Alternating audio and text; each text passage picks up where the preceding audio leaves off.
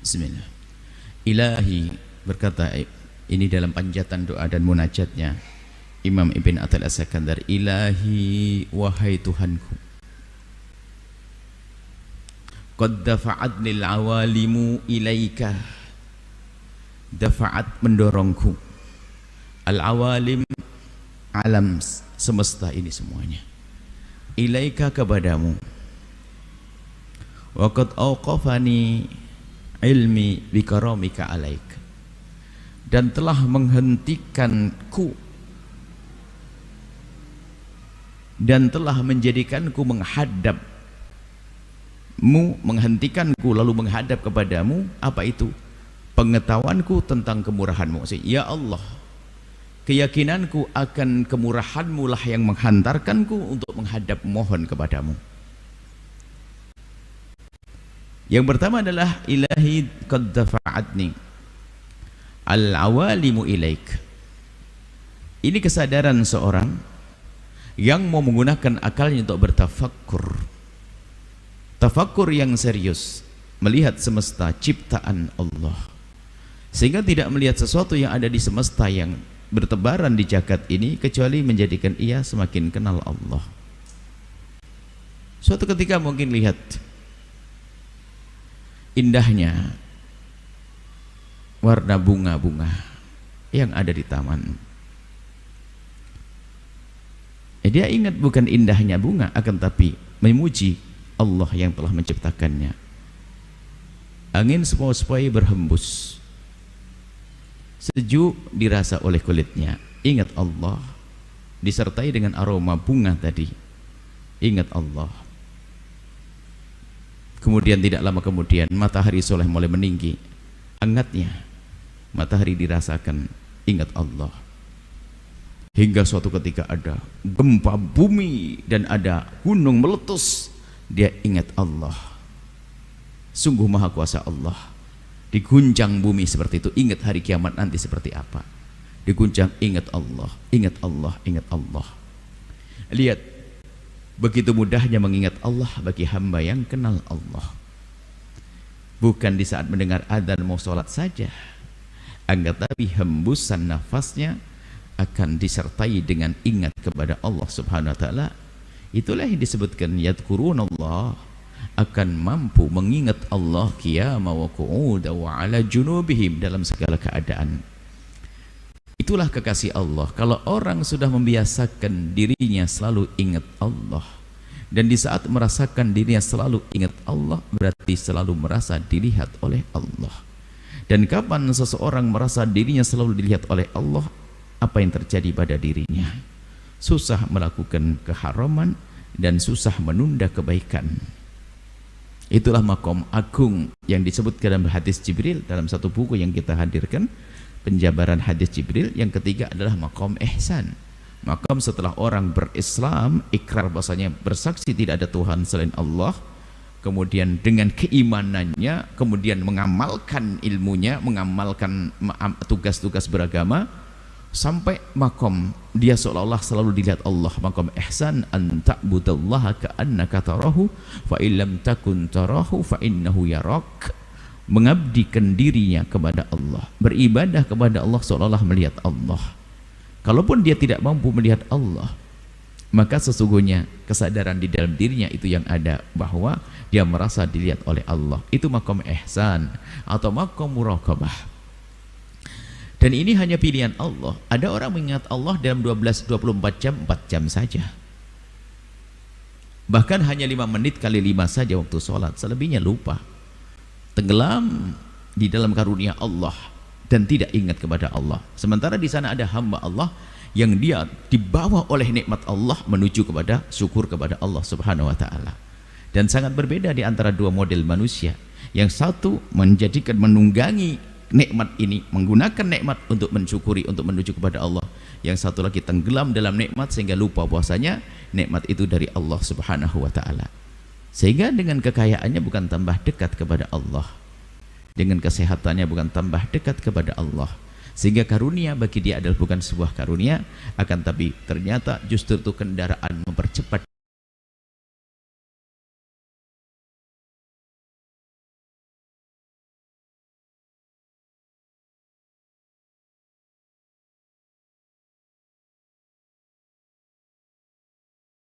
orang sudah merasa bahwasanya awalim dafa'athu, jika semesta ini sudah menjadikan dia selalu menuju kepada Allah, maka syukurnya yang ada kami hadirkan. Siapa yang membawa kita ke sini? Kalau Allah tidak menghendaki Anda datang ke tempat ini, dari tadi Anda sudah punya jadwal yang lain lagi. Hari ini di rumahnya ada orang, dia kaya raya, sehat, seger buker, punya pembantu 10 barangkali, sopir mobilnya ada 6, tukang becetnya 11, tapi tidak bisa di tempat ini. Kenapa? Tidak dipilih oleh Allah Subhanahu wa Ta'ala. Kenapa? Karunia yang Allah berikan tidak menjadikan dia menuju kepada Allah. Sehingga lihat hamba-hamba pilihan Allah, kekayaan tidak membahayakannya, tahta pun tidak akan merugikannya. Kenapa? Dia kenal Allah, sehingga dengan tahtanya dia akan memberikan, menjadikan umat ini semakin baik. Muncullah orang-orang seperti Umar bin Abdul Aziz, khalifah. Kekayaan tidak menjadikannya terjerembab dalam kehinaan, justru kekayaan menjadikan dia tersanjung di hadapan Allah dan mulia. Muncullah orang-orang seperti Abdurrahman bin Auf. Begitu juga kefakiran yang dialami tidak menjadikan dia jauh kepada Allah, justru semakin dekat kepada Allah dan Rasulnya. Muncullah manusia-manusia hebat seperti Abu Hurairah yang setiap hari perutnya lapar, lalu sampai tinggal di masjid karena tidak punya apa-apa. Ashabus suffati. Sehingga itulah semesta akan menjadikan kita selalu menuju kepada Allah. Bagi siapa? Bagi orang yang sudah dipilih oleh Allah untuk kenal Allah. Kemudian qad auqafani ilmi bikaramika alaik, keyakinanku akan kemurahanmu ya Allah. Nah, ini kan perlu membangun keyakinan dulu. Kalau tidak yakin, kita tidak akan menoleh. Sehingga kita berharap kepada si fulan karena kita menduga dia kaya. Kalau kita dengar dia banyak utang, lalu kita mau minta bantuan kepada dia, kita telah salah pilih manusia. Jadi saat kita datang kepada seseorang untuk minta pertolongan, kita sudah mendengar informasi tentang kekayaannya dia, tentang kedermawannya dia, tentang kesantunannya dia, tentang kasih sayangnya dia, baru kita datang kepadanya. Maka keyakinan ini penting. Dan keyakinan kita kepada Allah yang Maha Pemurah, yakin akan kemurahan Allah, itulah yang secara otomatis akan membawa kita untuk auqafani, menjadikan kita menuju kepada Allah, untuk berharap kepada Allah Subhanahu wa Ta'ala. Sehingga panjatan doanya pun serius, permohonannya pun serius. Doa itu kan doa. Kalau kita berdoa itu kan sebetulnya syarat utama doa itu menyadari dia nggak mampu menyelesaikan, minta diselesaikan oleh Allah. Sementara Allah melihat hati kita. Kalau kita minta kepada manusia agar kita dikasih, kita menampakkan di depan manusia tersebut tentang kelemahan kita, ketidakmampuan kita manusia. Coba kita datang kepada seorang minta sambil kita petentang-petenteng, orang seperti saya ini nggak perlu bantuan, Anda minta nih. Dan orang seperti ente ini nggak akan bisa ngasih ke saya, lalu kita minta. Ini kan kurang ajar. Di depan manusia kita punya adab. Kalau kita ingin minta di depan manusia, tampakkan kelemahanmu, tampakkan hajatmu yang memang betul-betul ada, bukan dibuat-buat, maka orang baik akan tersentuh dan akan menolong. Dan kita kepada Allah Jalla Jalaluh yang Maha tahu hati kita, bukan jasad kita. Maka yang harus kita hadirkan adalah kesadaran di hati kita bahwa kita adalah seorang hamba yang lemah. Seorang hamba yang lemah, punya hajat yang banyak, hajat dunia dan hajat akhirat, hajat diri pribadi dan hajat keluarga. Kita adabkan kepada Allah. Kalau serius di dalam kita mengadu kepada Allah, munajat kita kepada Allah serius, penghambaan kita kepada Allah dengan keyakinan Allah Maha Pemurah, dia akan dikabul. Ud'uni astajib lakum, Allah akan kabul hajat kita, Allah akan penuhi permintaan kita. Jadi di sini katanya adalah membawa atau meyakini, menguatkan keyakinan akan kemahamurahan Allah. Kemahamurahan Allah. Sungguh nikmat Allah sangat luar biasa banyak yang Allah berikan kepada kita. Ada berapa nikmat? Paling tidak 4 nikmat ya. Nikmat yang pernah kita minta, yang kedua nikmat yang tidak pernah kita minta, dan itu lebih banyak. Ada lagi nikmat yang kita ketahui dan yang tidak kita ketahui, dan itu lebih banyak ternyata. teramat banyak nikmat Allah. Renungi karunia Allah adalah nikmat baru lagi yang harus kita syukuri, sehingga sungguh seorang hamba tidak akan mampu mensyukuri nikmat dengan sesungguhnya. Kapan? Karena apa? Kapan seorang hamba bisa bersyukur? Karena syukur itu adalah nikmat baru yang Allah berikan yang harus disyukuri. Kapan akhirnya syukur kita? Gak ada. Sungguh Allah Maha Pemurah, Allah Maha Pengasih. Kita lanjutkan. Ilahi kaifa akhibu anta amali wa kaifa uhanu alaika muttakali. Ilahi wahai Tuhanku, kaifa akhib, bagaimana aku akan bisa gagal, kecewa, mana mungkin aku kecewa, wa anta amali, dan tumpuan harapanku adalah Engkau ya Allah. Tumpuan harap kita adalah bagaimana mungkin aku akan merasa gagal sementara tumpuan harapanku adalah Engkau ya Allah, berharapku kepadamu ya Allah. Wa kaifa uhanu alaika muttakali, bagaimana mungkin aku akan menjadi terhinakan atau tidak mulia atau tidak terpenuhi segala keinginan. Jadi kalau orang minta lalu tidak diberi adalah seperti terhinakan. Maksudnya mana mungkin aku menjadi tidak terpenuhi keinginanku atau harapanku, wa alaika muttakali, sementara kepadamu lah ya Allah kami pasrah, kami serahkan segala harapan-harapanku, segala usahaku. Ada dua makna harapan, kemudian di situ adalah pertama harapan amal, yang kedua adalah pasrah. Pertama adalah amal, harapan. Seorang mukmin sejati jika berharap maka harapannya tidak akan sia-sia. Harapannya tidak akan sia-sia. Mukmin sejati, makna sejati adalah yang hidup menjalani hidup dengan keimanan. Kita berharap kepada Allah yang Maha Kuasa memberi kepada kita. Kalau kita dengan sesama manusia, hendaknya kita membangun husnudzon dong. Kalau kita minta uang kepada ayah kita hari ini, kita minta uang kepada ayah kita hari ini karena hati kita baik kenal ayah, kok ayah nggak mungkin tidak memberi Allah, maka ayah adalah seorang pemurah kok, baik, dermawan, lalu kita minta kepada ayah kita.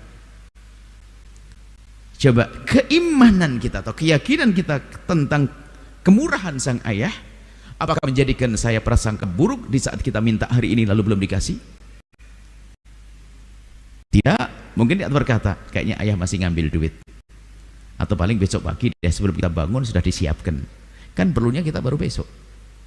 Lihat, karena kita punya prasangka baik kepada ayah kita, padahal ayah kita bisa saja lupa lalu tidak benar-benar tidak ngasih, tapi karena kita sudah biasa dengan kemurahan ayah kita, kita sudah biasa dengan kebaikan ayah kita, maka di saat belum dikasih sama sekali kita tidak pernah ngedumel karena kita cerdas.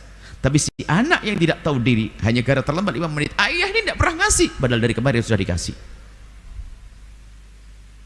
Walillahil mathalul a'la. Kita membuat percontohan permisalan begini untuk mempermudah pemahaman kita urusan dengan Allah. Lalu dengan Allah Jalla Jalaluhu kita mengetahui, kita yakin Allah Maha Pemurah, dan sudah berjanji kalau kita minta serius dan memenuhi syarat-syarat kita minta, Allah akan kasih. Astajib lakum. Lalu harapan kita kok belum terpenuhi, apakah lalu kita prasangka buruk kepada Allah, Allah tidak kasih kepadaku? Tidak. Nabi mengajarkan kalau engkau memohon kepada Allah, hendaknya wa antum muqinuna bil ijabati, engkau punya keyakinan bahwa Allah yang Maha Kuasa akan mengabul hajat-hajatku. Lalu bagaimana? Loh, kita kan orang cerdas. Cerdas itu maknanya apa? Hidup kita tidak hanya berpikir sesaat. Orang cerdas, seorang tua, seorang yang berakal. Lihat, anak kecil belum punya kecerdasan, maka di saat dia disuruh minum obat, berontak dia, harus pakai disekoi dia. Dihancuri dulu orang tuanya, dibuat sirup, langsung sekoi, gitu. Nangis, besok sembuh dia. Dia ngerti sembuh karena obat itu. Minum lagi gak mau mereka. Tapi bapaknya nyari obat sendiri, nyari sendiri, karena bapaknya sudah punya kecerdasan. Kecerdasan bahwa setelah minum ini ada besok aku akan sembuh. Jadi masa depannya, apakah masa depan pendek esok hari atau minggu depan akan sembuh, kerengku akan hilang, batuk akan hilang, maka dia minum. Karena apa? Masih punya harapan di esok hari. Nah, orang beriman ini adalah cerdas. Karena apa? Pandangan, gambaran masa depan hidupnya tidak terbatas hanya esok hari. Bahkan kalau esok hari sudah meninggal, masih ada kehidupan di alam barzakh kok. Dan aku yakin itu. Dan ada kehidupan setelah kehidupan di dunia. Loh, kalau begitu kita minta kepada Allah hari ini, ya kita pengen dikasih oleh Allah hari ini. Kemudian kalau ternyata tidak dikasih oleh Allah hari ini, kenapa kita belum bisa prasangka baik? Bisa jadi oleh Allah telah disiapkan untuk diberikan kepadaku di saat aku sangat memerlukannya. Karena aku yakin Allah Maha Pemurah. Sehingga di saat berharap kepada Allah hadirkan 3 hal. Jika kita berharap lalu memohon kepada Allah dengan permohonan yang benar, memenuhi syarat-syarat memohon, maka Allah akan kabul. Cuman bentuk pengkabulan itu ada 3 model. Yang pertama, Allah memberimu seperti yang engkau minta. Yang kedua, Allah memberimu tidak seperti yang kau minta, tapi itu lebih kau butuhkan. Yang ketiga, Allah menunda pengkabulan nanti di akhirat, dan ini lebih dahsyat lagi. Artinya akan dikabul. Sehingga nggak sempat seorang hamba mengatakan, wah, tidak dikabul. Nabi mengingatkan, Innallaha yastajibu du'a 'abdi malam ya'jal. Allah akan senantiasa mengkabul doa hambanya asalkan nggak buru-buru. Buru-burunya seorang hamba itu begini, sudah doa berhari-hari nggak dikabul. Ini buru-buru langsung nggak dikabul oleh Allah, kurang ajar. Sudah duhaan, sudah doa terus diamalin, masih melarat. Oh, itu jadi kurang ajar ya kepada Allah. Berprasangka, maka jangan sekali-kali setelah kita berikan panjatan doa kepada Allah lalu kita ungkit Allah belum kabul. Tidak, itu tanda justru tidak dikabul. Allah akan senantiasa kabul doa hambanya asalkan hamba ini tidak terburu-buru. Jangan buru-buru. Bukankah pengkabulan ada 3 model? Kita tidak diberi seperti yang kita inginkan, tapi diberi yang lainnya lebih penting lagi. Cuman kita bodoh, kita mintanya hanya duit-duit saja, nggak pernah minta jantung sehat. Tidak pernah minta kebahagiaan, hanya duit. Padahal kebahagiaan lebih penting, sehingga duitnya tidak dikasih tapi Allah ganti bahagia. Bisa jadi begitu. Kemudian lebih dahsyat lagi, ternyata ada pemberian Allah yang nanti di akhirat, sehingga orang-orang yang doanya belum dikabul di dunia kemudian nanti akhirat menemukan pahala yang berlimpah. Dia bertanya, ya Allah, ini apa? Dijawab, ini adalah pahala dari doamu yang aku tunda dulu. Seorang hamba berkata, ya Allah, kenapa doaku di dunia tidak kau tunda semuanya? Biar aku jadi kaya betul di akhirat. Kurang lebihnya seperti itu. Artinya ternyata di akhirat lebih khairul laka minal ula, lebih bagus daripada kehidupan di dunia. Kemudian kaifa uhan alika muttakalin. Kalau kita datang kepada seseorang yang dia lemah dan sebagainya, minta sesuatu, mungkin pulang dengan tangan kosong, dengan wajah terhinakan, sempit hati dan seterusnya. Tapi bagaimana kita menyerahkan urusan kita kepada Zat yang Maha Kuasa, Muttakali Allah, kita bertawakal kepada Allah Subhanahu wa taala. Kalau sudah kita serahkan kepada Allah setelah usaha, diberesi oleh Allah. Tapi itik tawakal itu adalah setelah usaha, ya. Setelah kita berusaha untuk menggapai cita-cita kita. Kita berusaha menggapai cita-cita dunia, cita-cita akhirat. Maka baru setelah itu tawakal, menyerahkan semuanya kepada Allah. Jangan sampai ada tawakal tanpa usaha. Ini orang congkak dalam beragama. Congkak tidak boleh dalam beragama, usaha dulu, baru setelah itu serahkan usahamu hasilnya kepada Allah. Congkak nggak boleh. Ada kisahnya orang congkak di dalam beragama. Nabi di masjid macam ini, ada satu sahabat Nabi datang membawa ontanya. Rupanya onta itu dibiarkan tidak diikat. Setelah mendekat ke Nabi, bertanya baginda, kenapa onta ente tidak ente ikat? Gaya ada action, tawakal ya Rasulullah. Tawakal, sok banget ya. Nabi ingatkan, iqil fatawakal, ikat baru tawakal. Pintu rumahmu dikunci dulu baru tawakal, ya Allah jaga dari pencuri. Sok banget, yang penting kita serahkan kepada Allah. Ini kecongkaan dalam beragama itu bukan beragama yang sejati. Doa iya, tapi usaha zahir perlu, ya. Sehingga kemajuan kita ini dalam jalan hidup di dunia itu menggabungkan antara tawakal yang serius dengan usaha yang serius.